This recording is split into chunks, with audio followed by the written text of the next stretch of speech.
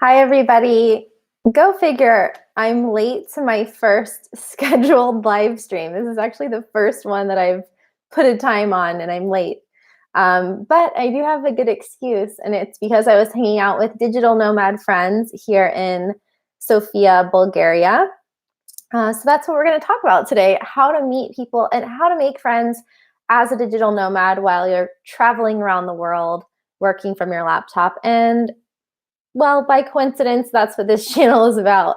I'm Kristin, and you're watching Traveling with Kristin, where I show you behind the scenes in the digital nomad lifestyle and help teach you how to work and travel all around the world working from your laptop.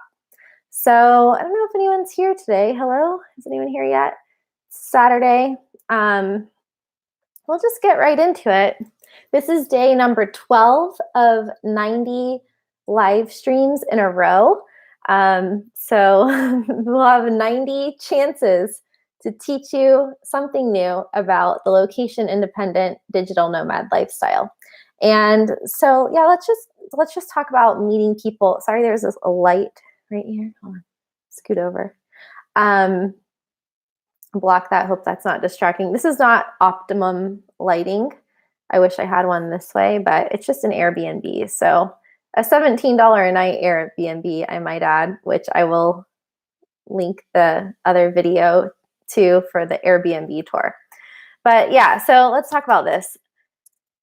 One of the questions that I get most frequently in my Facebook group, Long-Term Digital Nomad Success, in my workshops, in my talks at Digital Nomad conferences and events, is how to meet people, how to find your tribe, how to become a part of a community.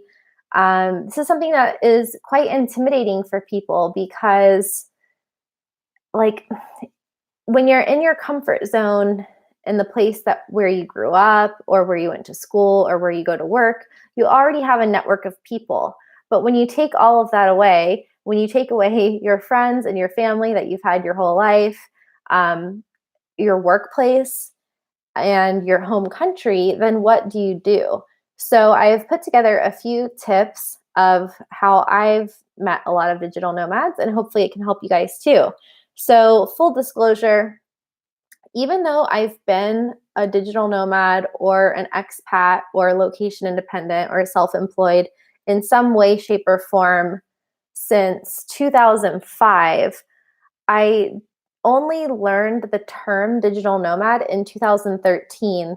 And it wasn't until probably this last year, 2018, that I actually met other digital nomads. So it is possible to even go for many years working and traveling all around the world without identifying as a digital nomad or without making digital nomad friends. That being said, because I identified so strongly with this group of people, I made it a priority and a goal in 2018 to meet as many digital nomads as possible. And guys, I think I've met thousands of them in 1 year. How did I do it? I will teach you. So there's 3 main ways that I have found are most effective for meeting other digital nomads. First and foremost would definitely have to be conferences and events. There are tons of digital nomad events these days. I mean, in 2019, I was looking at the list. I think I found 15 or 20 different conferences just that are announced in January. So there's probably going to be more coming throughout the year. The way that I did it in 2018 was attending 2 separate nomad cruises and then going to additional conferences and events and a few other things that we're going to talk about in a second. But there are some pretty famous, well-known conferences and events are Nomad Summit, which I also attended and spoke at in 2018. I gave a talk and a workshop there on how to create your digital nomad relocation plan and how to sustain a digital nomad lifestyle long-term. We're talking 8, 10, 15, 20 years. I'll link those videos as well. But between the Nomad Summit and the 2 Nomad Cruises, there were over 1,000 digital nomads or aspiring digital nomads in attendance. And the main difference, and the reason why I think that digital nomad conferences are a bit different from regular business or marketing conferences, is that the people who are going there are not just going to network for business purposes, they're going to network for life purposes. So you can connect with people from all over the world who are like-minded people, and also they want to make friends. They want to make long-term, lifelong friends as well. So that's something cool about the remote work lifestyle, is that so many people are in the same boat. They all want to find their community, but they also want to work and create things and be productive. So when you're put into that situation and that environment, you can end up meeting a lot of people really quickly and bonding on a level that is unlike anything I've ever experienced before. Even at Nomad Summit, which was just a weekend event in Las Vegas, and I know that they're having the one in Chiang Mai coming up very soon. I think there were like 200 or 300 digital nomads there, and we just hung out for a good, I think in total I was there for about 5 days. Even though the event only lasted 2 days, there were plenty of smaller events before and after the conference. So I really just hung out with the same couple hundred people every day for 5 days. And now I've already seen some of them again in a different country just a couple months later, and they've just really become fast friends. I hired my new accountant this way, so it's like mixing business and pleasure. And I even have planned future trips with some of the people who I've met on that conference. And as well as the Nomad Cruise, when you take 500 aspiring digital nomads and put them all together on one boat for 2 weeks, you go deep really quickly. So when you're not in talks or workshops or unofficial meetups, you're going to meals with different people, you're working out with them, you're drinking wine with them or whatever, pina coladas, and it's a really interesting, they call it a social experiment, basically, because I don't know, we don't know if there's another event where you take that many people, put them on a cruise ship together, and create like a business mastermind around it. So these are two really great ways to meet other digital nomads. And I am completely 100% convinced that if you go to even just one digital nomad conference in a year, you will meet some lifelong friends, at least a handful of them. But more likely than not, you'll meet more people than you can even develop those friendships with, because you'll just... So my second way of meeting people, in addition to conferences and events, is through co-living. So not necessarily co-working on its own, although that is also a way of meeting people depending on the co-working space. Like you're going to meet a lot of digital nomads in a small, intimate co-working space that has a lot of regular activities, somewhere like co-working Bansko, for example, in the mountains of Bulgaria.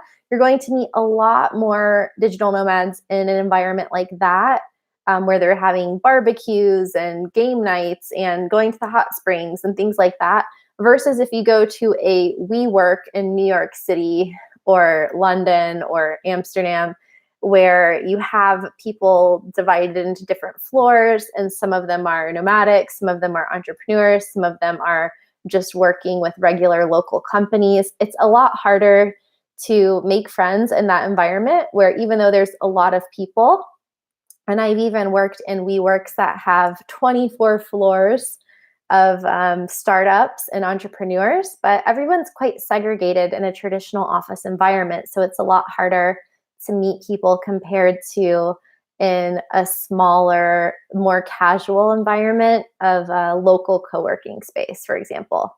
But that's why I like co-living as a way of meeting people. I started the year in February, actually. I moved to Rome in Tokyo. Rome is a co-living organization that has locations around the world. And Tokyo is one of their flagship locations, I would say. And it's a few different floors of short and long-term apartments for digital nomads, travelers, local expats, or even local locals, startups. It has like an incubator sort of vibe going there. And I met a lot of people from Japan. I met a lot of people from all over the world living there for about 6 weeks. And it was a nice blend between co-working and just living. So that's what co-living is. It's basically providing a residential living space and also a workspace as well. So there are a lot of regular, not a lot, but there are starting to be more and more regular residential condo developments or apartment complexes that are integrating a co-working element into them, which is great news, because I think that the co-living concept will really disrupt this entire industry in the future. And you can read more about that in a few blogs that I've written that I'll link in the description. But co-living is a place that, or is a way that I have been able to make really deep friendships. And a lot of the people who I met in February and March in Tokyo, I have actually hung out with on the Nomad cruise later in the year, or I met up with them in Amsterdam or another place around the world. So this is all, you guys, all of this happened like meeting over 1,000 digital nomads in just 1 year, or less than 1 year, between February and November, really. And the third way that you can meet people is virtually, right? So there are a ton of online communities. I actually have one myself. I have a Facebook group called Long-Term Digital Nomad Success. And I've already met up with people who are in the group who I met online on Facebook. And then we've connected and I've gotten to meet them in real life, and even a lot of retreats and different like in real life events can come out of these virtual events. So there are a lot of Facebook groups for digital nomads where you can connect with other digital nomads traveling around the world, as well as non-digital nomad groups. So Meetup is a really good way to just meet people who are living in the same area, even if you're just traveling through. Internations is a nice website for it's intended for expats, and they have a lot of local events with an international mix of people. Let's see, there are also a ton of other websites that are and forums that are dedicated just to digital nomads. Nomad List comes to mind. Be Nomad is another one. And now there's also Digital Nomad Community, which I believe is connected in some way to the founders of DNX, where they're trying to create basically a blockchain community of digital nomads. So I actually wrote a blog on, I think it's 13 different online communities for digital nomads, and there's more and more every year. So I will link to that one in the description below. But if you are working remotely, working from home, feeling lonely because you don't have that typical coworker interaction on a day-to-day basis, I would say that the most impactful thing that I have done in the past year is attending digital nomad conferences and events. And then it's really hard. These are my top 3, right? But a close second would be a tie between co-living and the reach that you can have in online digital nomad communities. But it's really, I think, from modern day, like looking into the future, I think that we're really looking at a hybrid model of interaction where it's not all asynchronous, for example. Like you need that face-to-face connection with people. And this is becoming a pattern of digital nomads meeting offline, but staying in touch online. So those are my tips for you guys on how to meet people and make new friends as a digital nomad. And you really never know what's going to come out of these relationships. Could be professional, could be personal, could be friendship, could be romantic. And even here in Sofia, Bulgaria, I just had dinner with a digital nomad friend and his girlfriend who I met at Co-working Bansko last summer. We stayed in touch online. This is a really good example, actually. So this is my friend John. We became just friends, platonic friends. Then I hired him to build a new website for me. And then we remained friends online. And now I'm house sitting for him while he's away in the Canary Islands. So these are the kind of multi-dimensional, very dynamic friendships and connections that you can make with people all around the world. And even if you don't see them on a regular basis or even on a yearly basis, you can still stay in touch online. No worries. Everybody's on the same page there. We all live in the digital world as well. And you never know what's going to come out of these friendships. It's usually a mutually beneficial win-win, very enjoyable and fun relationship that you can make. So let me know if you guys have any questions on this video. And if you're interested in the digital nomad, location independent, remote work lifestyle, make sure to subscribe because I'm doing 90 days of live streams on different travel and digital nomad related topics. And you can tune into my weekly show, Digital Nomad TV, which includes interviews with successful entrepreneurs and digital nomads, travel videos, and vlogs from my normal life all around the world. Thanks for watching, and I will see you tomorrow or on another episode of Digital Nomad TV. Bye from Bulgaria.